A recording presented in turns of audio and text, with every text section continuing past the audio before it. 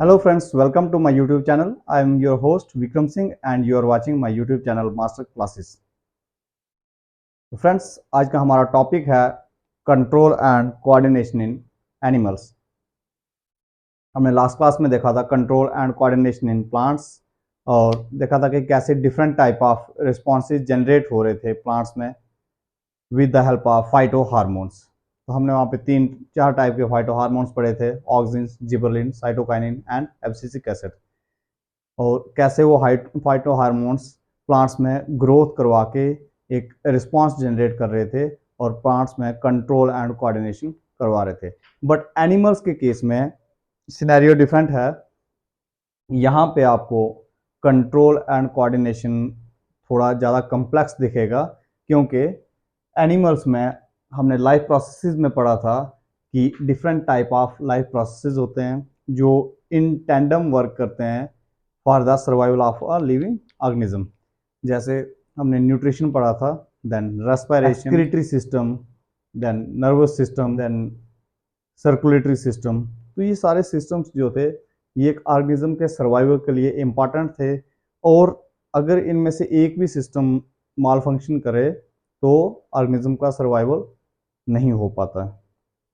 जैसे एग्जांपल के केस पे हमने डाइजेशन पढ़ा था, तो डाइजेशन में जब न्यूट्रिशन का कंप्लीट डाइजेशन हो जाता था, उसके बाद जो न्यूट्रिएंट्स एब्जॉर्ब हो रहे थे उनको बॉडी में ट्रांसपोर्ट करने के लिए circulatory system important role play कर रहा था। वैसे ही जब वो यूटिलाइज हो रहे थे न्यूट्रिएंट्स, देन जो उनका वेस्ट मटेरियल, जो नाइट्रोजनस वेस्ट मटेरियल बॉडी में प्रोड्यूस हो रहा था, उसको बॉडी से एक्सक्रीट आउट करने में excretory system, kidney important role play कर रही थी। तो ये सारे के सारे सिस्टम जो हैं इन टेंडम वर्क करते हैं for the survival of a living organism. तो आज के इस टॉपिक में हम पढ़ेंगे कि कैसे ये सारे सिस्टम कंट्रोल किए जाते हैं, बॉडी का कौन सा ऑर्गन जो है वो इन सारे सिस्टम्स को कंट्रोल करता है और कोऑर्डिनेट करता है। तो चलिए आज का टॉपिक स्टार्ट करते हैं, control and coordination in animals. बात करेंगे हम कि how organism controls his activities. कोई ऑर्गेनिज्म अपनी एक्टिविटीज को कैसे कंट्रोल करता है। हाउ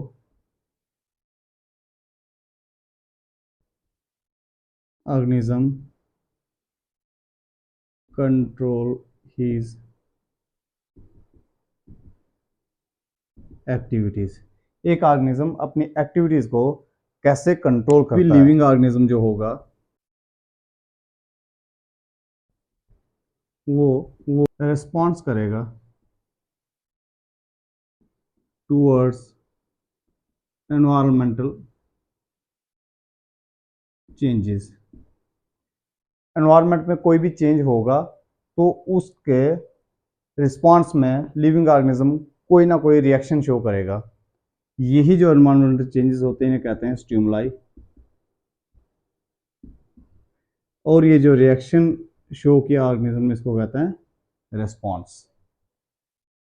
जब किसी स्टिमुलाई के रिस्पॉन्स में कोई रिएक्शन शो होता है तो उसे कहते हैं हम control and coordination in living organisms. देखिए यहाँ तक तो समझ लिया आपने कि जैसे ही कोई स्टिमुलाई जनरेट होगा तो उसके रिस्पॉन्स में ऑर्गेनिज्म कुछ ना कुछ रिएक्शन करेगा। लेकिन बॉडी में, लिविंग ऑर्गेनिज्म के बॉडी में स्टिमुलाई रिसीव कहाँ पे होगा। तो हमारी बॉडी के जो 5 सेंस ऑर्गन्स हैं, 5 sense organs, that is I, ear, nose, skin, टंग। ये जो 5 सेंस ऑर्गन्स हैं ये इस स्टिमुलाई को रिसीव करने में ऑर्गेनिज्म की हेल्प करेंगे। जैसे आई में होंगे हमारे फोटो रिसेप्टर्स,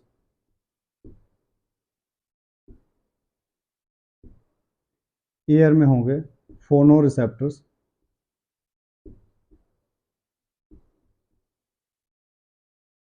नोज में होंगे हमारे ऑल्फैक्टरी रिसेप्टर्स,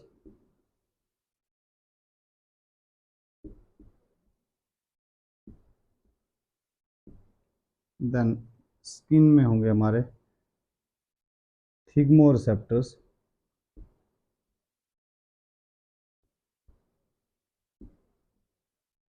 जिसमें हमारे थर्मोरिसेप्टर्स भी होंगे,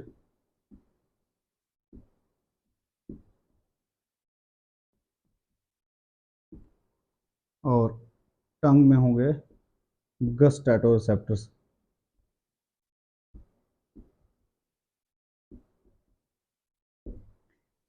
तो ये डिफरेंट टाइप ऑफ रिसेप्टर्स जो हमारी बॉडी में प्रेजेंट होते हैं, जो 5 सेंस ऑर्गन्स में प्रेजेंट होते हैं, ये रिसेप्टर्स क्या करते हैं, जब भी कोई एनवायरमेंटल चेंज होता है, दैट मीन्स कोई स्टिमुलाई जनरेट होता है, तो ये स्टिमुलाई को रिसीव करते हैं। देन यहाँ से जो सिग्नल है वो ट्रांसमिट कर देते हैं, ये रिसेप्टर्स सिग्नल को ट्रांसमिट कर देते हैं to the brain. Then brain में सिग्नल फर्दर वहां से ट्रांसमिट होता है रिसेप्टर सेल के पास,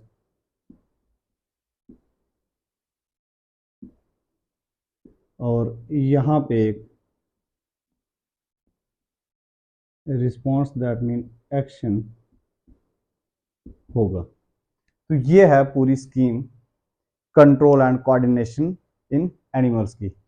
मींस एक सिग्नल, एनवायरमेंटल चेंज की वजह से एक सिग्नल जनरेट होगा, देन वो सिग्नल रिसीव करेंगे हमारे रिसेप्टर्स, जिनमें ये डिफरेंट टाइप के रिसेप्टर्स हैं हमारी बॉडी में प्रेजेंट होते हैं। इनमें से कोई एक रिसेप्टर उस सिग्नल को रिसीव करेगा, देन वो सिग्नल वहां से ट्रांसमिट कर दिया जाएगा ब्रेन में, और ब्रेन में सिग्नल प्रोसेस होने के बाद वापस आएगा रिसेप्टर सेल के पास, और देन एक रिस्पॉन्स जनरेट होगा बॉडी में। तो इस तरीके से हमारे बॉडी के ऑर्गन्स को कंट्रोल किया जाता है, किसके थ्रू, ब्रेन द्वारा। तो अभी तक हमने देखा था पूरा स्कीमेटिक वे जिसमें कंट्रोल एंड कोऑर्डिनेशन किया जाता है हमारे बॉडी को, बट अब हम देखेंगे कंट्रोल और कोऑर्डिनेशन इन ह्यूमंस। ह्यूमंस में कंट्रोल एंड कोऑर्डिनेशन कैसे परफॉर्म किया जाता है। तो ह्यूमन में control and coordination nervous system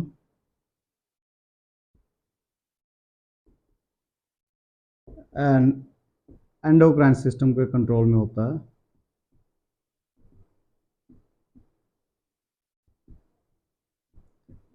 nervous system and endocrine system के कंट्रोल में रहता है हमारा control and coordination. Nervous system में आ जाता है हमारा ब्रेन, एंड एंडोक्राइन सिस्टम में आ जाता है हॉर्मोन्स,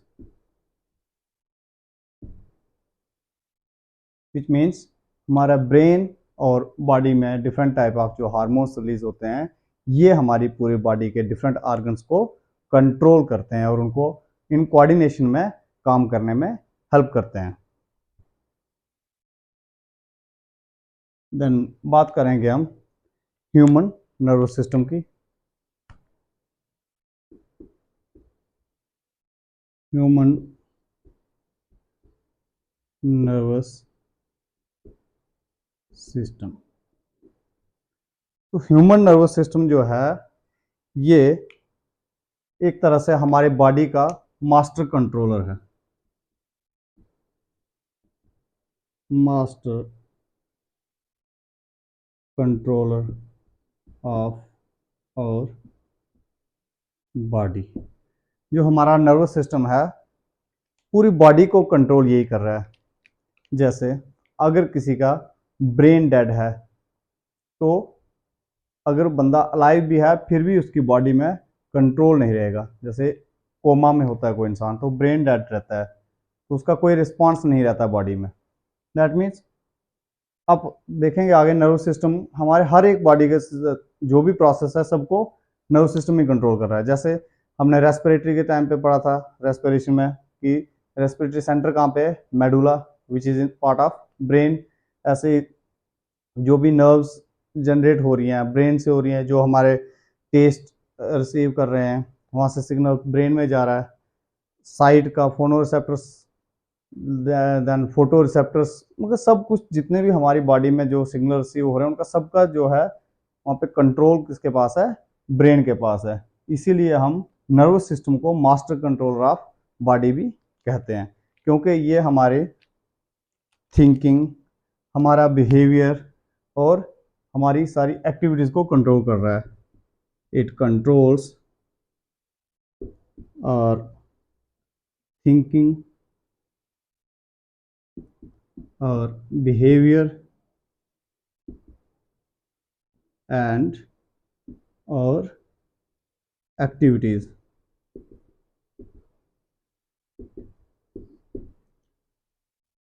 तो हमारी बॉडी का पूरा कंट्रोल किसके पास है, हमारे नर्वस सिस्टम के पास है। फॉर एग्जांपल, एक एग्जांपल से समझने की कोशिश करते हैं इसको, कैसे हमारी बॉडी को कंट्रोल करता है नर्वस सिस्टम। देखिए, on site of delicious food, तो जैसे हम कि डिलीशियस फूड को देखते हैं तो क्या होता है, सलाइवा सीक्रेटेड, देन जैसे फूड को हम इनटेक करते हैं तो स्टमक में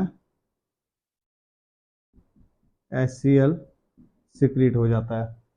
तो देखिए, जैसे हमने देखा तो यहाँ पे हमारे फोटो रिसेप्टर्स ने सिग्नल रिसीव किया, फोटो रिसेप्टर्स,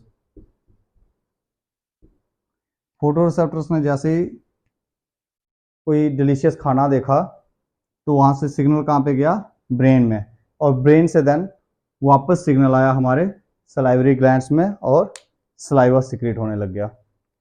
तो देखिए यहाँ पे सारा कंट्रोल किसके पास है, ब्रेन के पास है।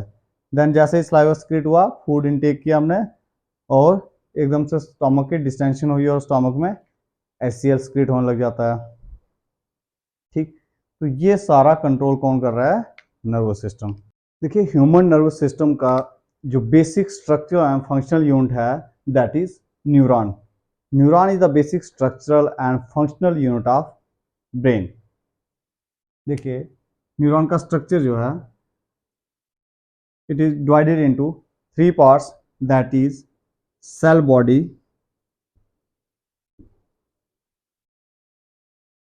देन डेंड्राइट्स,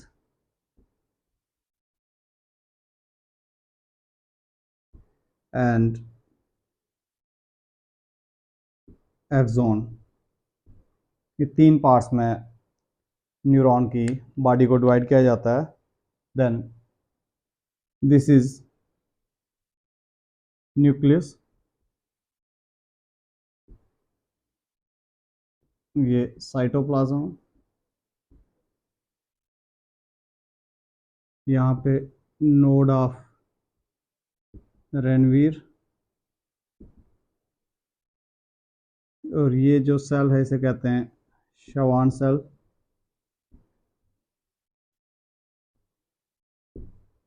के बाहर से एक शीथ होती है, कवरिंग होती है, जिसे कहते हैं माइलिन शीथ,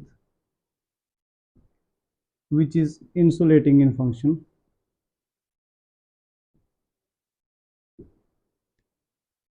देन ये नॉब्स जो nerve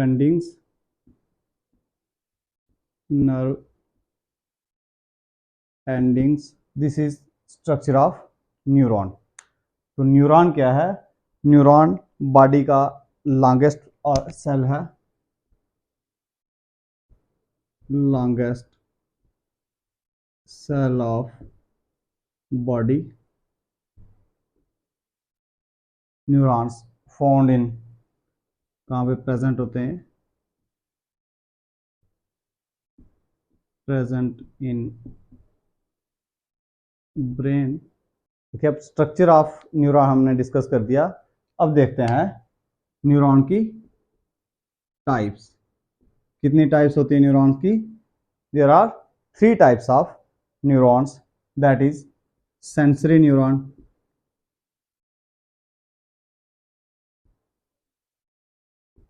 then number 2 type is motor neuron, और थर्ड टाइप है relay neuron.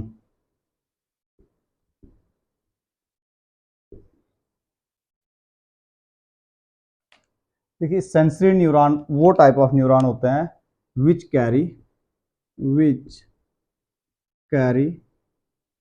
Signal from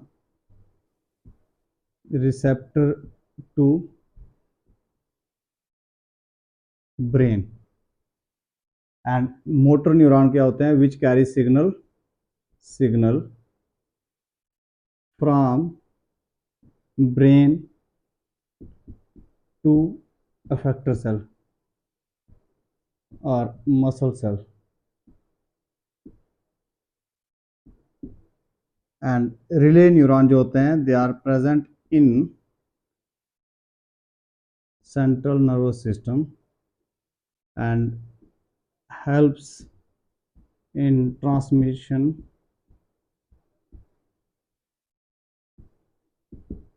of signal in between neurons। तो ये 3 टाइप के न्यूरॉन्स होते हैं हमारी बॉडी में, दैट इज सेंसरी न्यूरॉन्स। ये वो टाइप के न्यूरॉन होते हैं जो हमारे रिसेप्टर से सिग्नल को कैरी करके ले जाते हैं हमारे ब्रेन तक, मीन्स के जहाँ पे स्टिमुलाई रिसीव हो रहा है, जैसे अगर हमारी आंख ने कोई चीज़ देखी है तो ये आंख से सिग्नल कैरी करके ले जाएंगे ब्रेन तक। ये हो गए हमारे sensory neurons. But motor neurons इसके बिल्कुल अपोजिट होते हैं, जो क्या करते हैं ब्रेन से सिग्नल को लेके आते हैं अफेक्टर सेल तक। मान लो जैसे हमारे ये हैंड ने कोई गर्म चीज़ को टच किया तो यहाँ पे जो हमारे थर्मोरिसेप्टर्स थे उन्हें सिग्नल रिसीव किया और एकदम से सिग्नल ब्रेन तक गया, तो वो सिग्नल जो कैरी करके ले गए न्यूरॉन्स वो थे सेंसरी न्यूरॉन्स। बट जैसे ब्रेन को पता लगा कि कोई चीज़ गर्म हाथ को टच हुई है तो मुझे हाथ को पीछे पुल करना है, तो उसके लिए जो सिग्नल ब्रेन से कैरी करके इस मसल्स तक लेके आएंगे, बाइसेप मसल तक जो न्यूरॉन्स सिग्नल कैरी करके लाएंगे, वैसे न्यूरॉन्स को कहते हैं मोटर न्यूरॉन्स। और रिले न्यूरॉन्स क्या होते हैं? जो हमारे नर्वस सिस्टम में ही होते हैं और वहाँ पे ही सिग्नल को ट्रांसमिट करने में हेल्प करते हैं। तो ये थी हमारे 3 टाइप्स की neurons. Now next is nerve impulse. तो टाइप्स ऑफ न्यूरॉन्स आपने देख दिया। Next is nerve impulse. What is nerve impulse?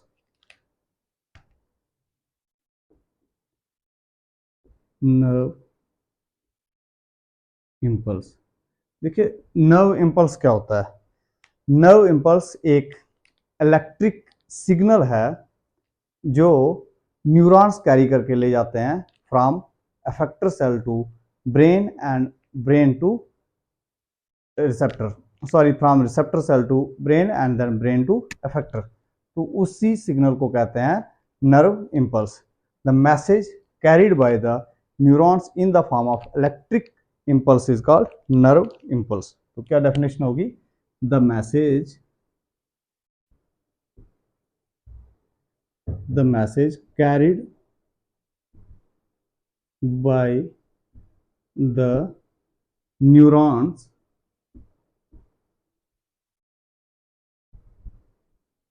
in the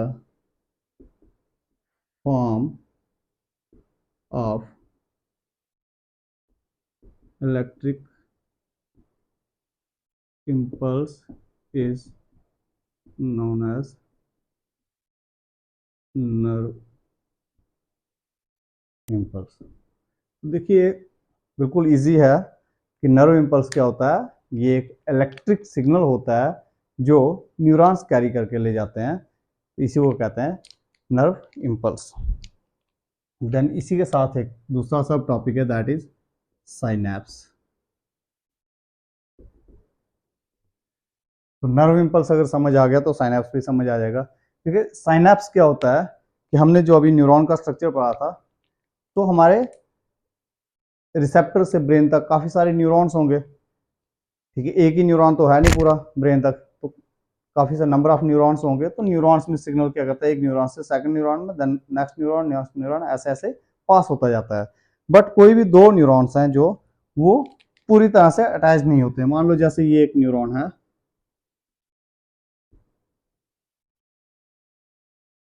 ये इसके डेंड्राइट्स हैं, और ये इसके नर्व एंडिंग्स हैं। तो यहाँ पे जो दूसरा न्यूरॉन होगा, इसको दूसरे कलर से दिखाते हैं, जो नेक्स्ट न्यूरॉन होगा यहाँ पे,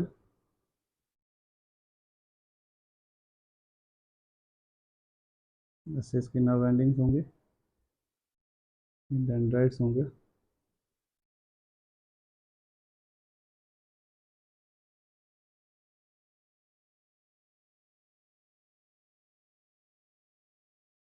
तो ऐसे यहाँ पे ये वाले नर्व एंडिंग्स और डेंड्राइट्स, ये नर्व एंडिंग्स और डेंड्राइट्स पूरी तरह से अटैच नहीं होंगे, बल्कि इनके बीच में एक गैप होगा। इसको मैं थोड़ा अगर जूम करके दिखाऊं, तो अगर ये नर्व एंडिंग आ रही है यहाँ पे,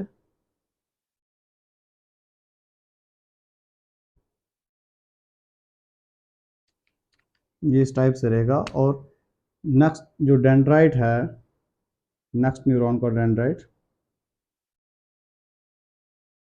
वो इस तरह से होगा।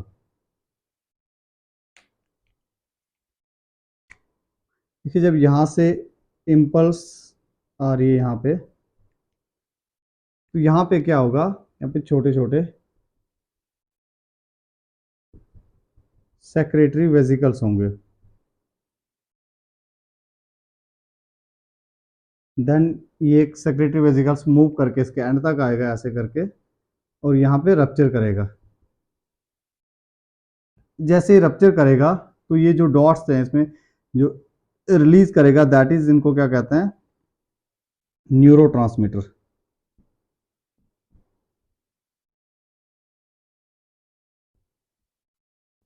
न्यूरोट्रांसमीटर्स, ये ध्यान से समझिएगा, ये इंपॉर्टेंट टॉपिक है। ठीक है, साइनेप्स में क्या होगा, दो न्यूरॉन्स जो हैं वो पूरी तरह से अटैच नहीं होते, बल्कि उनके बीच में एक गैप होता है, जिस गैप को कहते हैं साइनेप्टिक क्लेफ्ट। ये जो गैप है बीच में, इसको कहते हैं साइनेप्टिक क्लेफ्ट।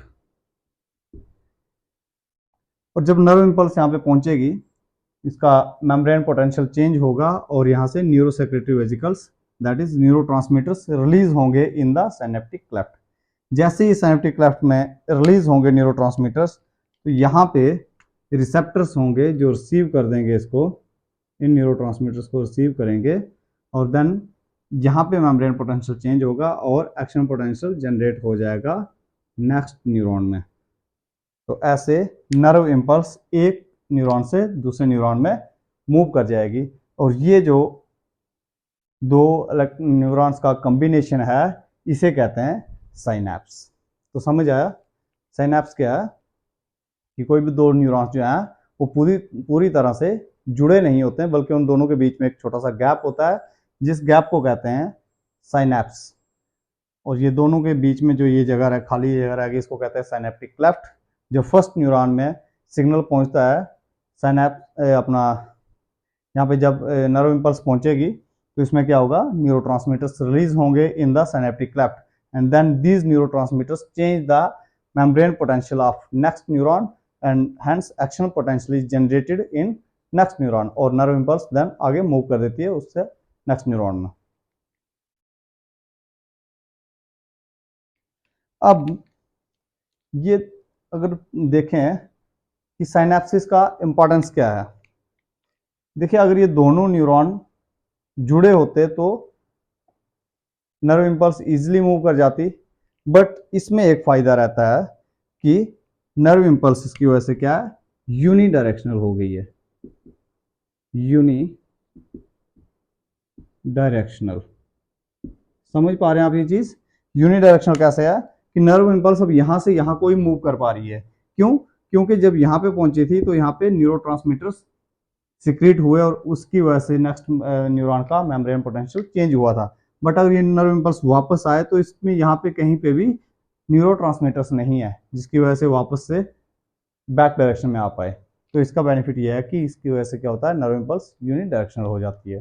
देखिए अभी तक हमने देखा था नर्व इम्पल्स, साइनैप्स और कंडक्शन ऑफ नर्व इम्पल्स। तो वो चीज़ आपको समझ आ गई कि कैसे सिग्नल ट्रांसमिट हो रहा था रिसेप्टर से ब्रेन की साइड। तो चलिए अब ब्रेन में चलते हैं, पार्ट्स ऑफ नर्व सिस्टम पढ़ते हैं। तो नर्व सिस्टम के कितने पार्ट्स हैं? नर्व सिस्टम में हम ब्रॉडली इसको दो टाइप्स में डिवाइड कर देते हैं, central nervous system, central nervous system and peripheral nervous system. Peripheral nervous system short में लिख रहा हूं मैं, central nervous system and peripheral nervous system. देखिए सेंट्रल नर्वस सिस्टम में क्या होता है, सेंट्रल नर्वस सिस्टम में रहता है हमारा brain and spinal cord. central nervous system is consist of brain and spinal cord, but peripheral nervous system में further दो टाइप्स हैं, that is autonomous peripheral nervous system and voluntary peripheral nervous system. Peripheral nervous system is consist of all the type of nerves. यहाँ पे कर देते हैं, it consists of all the types of nerves. कौन कौन सी types की nerves होंगी? Spinal nerves, then spinal nerves के बाद क्रेनियल नर्व्स और visceral nerves.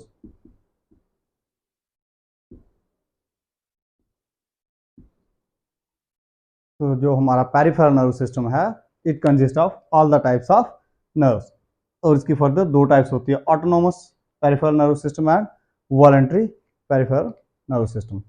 Autonomous peripheral nerve system वो सिस्टम रहता है ब्रेन का जो हमारे इनवॉलंटरी एक्शंस को कंट्रोल कर रहा है।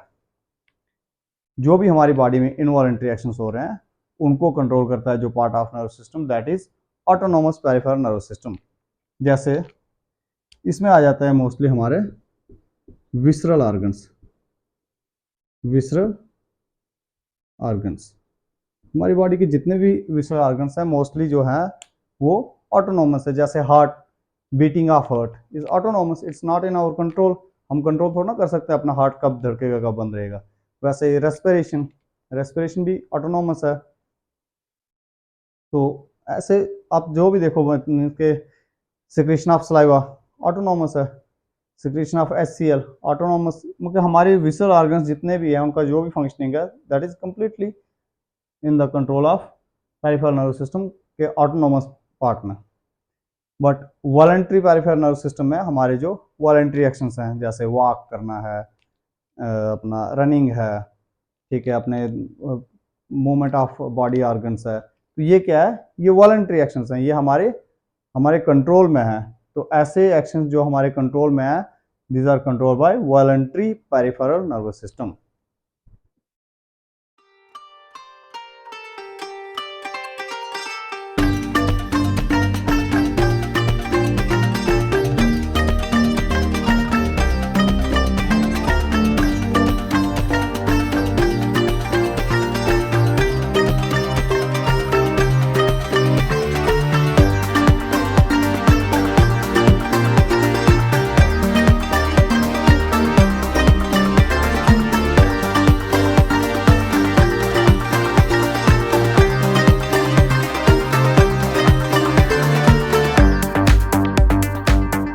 Next topic is reflex action. तो आपने देखा होगा जैसे ही हमारा हाथ कभी किसी गर्म चीज पे पड़ता है तो एकदम खींच के वापस आता है, तो इसी प्रोसेस को कहते हैं रिफ्लेक्स एक्शन। तो रिफ्लेक्स एक्शन को अगर डिफाइन करें तो this is the simplest form of response in the nervous system.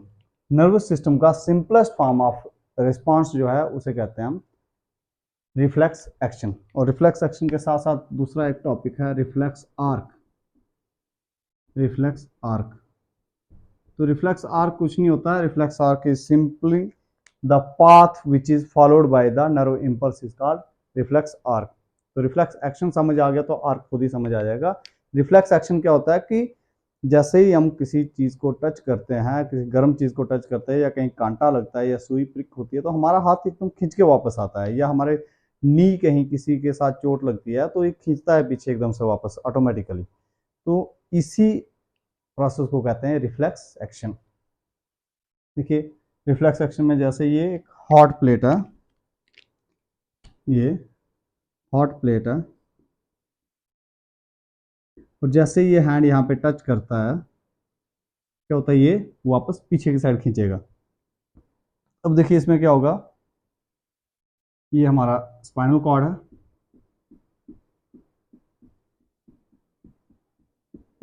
This is spinal cord. तो यहाँ पे जैसे ही हार्ट प्लेट को टच करेगा, यहाँ पे हमारे थर्मोरिसेप्टर होंगे स्किन में, वो सिग्नल को रिसीव करेंगे। देन मान लो ये थर्मोरिसेप्टर्स हैं, तो सिग्नल को रिसीव करेंगे और सिग्नल यहाँ से कैरी करके ले जाएगी नर्व इम्पल्स स्पाइनल कॉर्ड तक। देन स्पाइनल कॉर्ड में रिले न्यूरॉन के थ्रू सिग्नल प्रोसेस होगा। देन यहाँ से फिर मोटर इम्पल्स सिग्नल को मोटर न्यूरॉन्स कैरी करके ले आएंगे हमारे मसल्स तक। अब यहाँ पे क्या होगा, मसल कंट्रैक्ट करेंगे और हैंड पुल होगा बैकवर्ड। तो इस पूरे प्रोसेस को कहते हैं reflex action.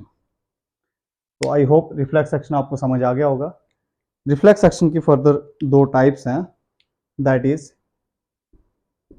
Number one is spinal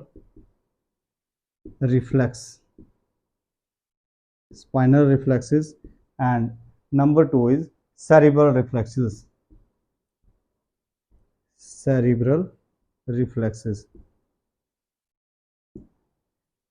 spinal reflexes means जब रिफ्लेक्स एक्शन में स्पाइनल कॉर्ड इन्वॉल्व हो तो ऐसे टाइप के रिफ्लेक्सेस को कहते हैं स्पाइनल रिफ्लेक्सेस।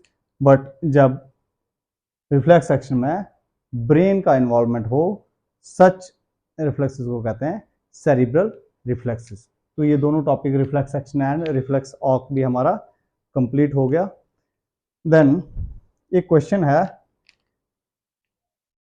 कि जब मसल्स में यहाँ से मोटर न्यूरॉन्स सिग्नल लेके आते हैं तो ऐसा क्या होता है कि हमारा हैंड जो बैकवर्ड पुल हो रहा है। तो जो ये इम्पल्स यहाँ से मसल्स में सिग्नल कैरी करके ले आ रही है ना, वो नर्व इम्पल्स, वो इलेक्ट्रिक करंट, उसी वजह से क्या होता है कि मसल्स जो है हमारे, इसमें एक प्रोटीन होता है that is myosin protein and actin protein.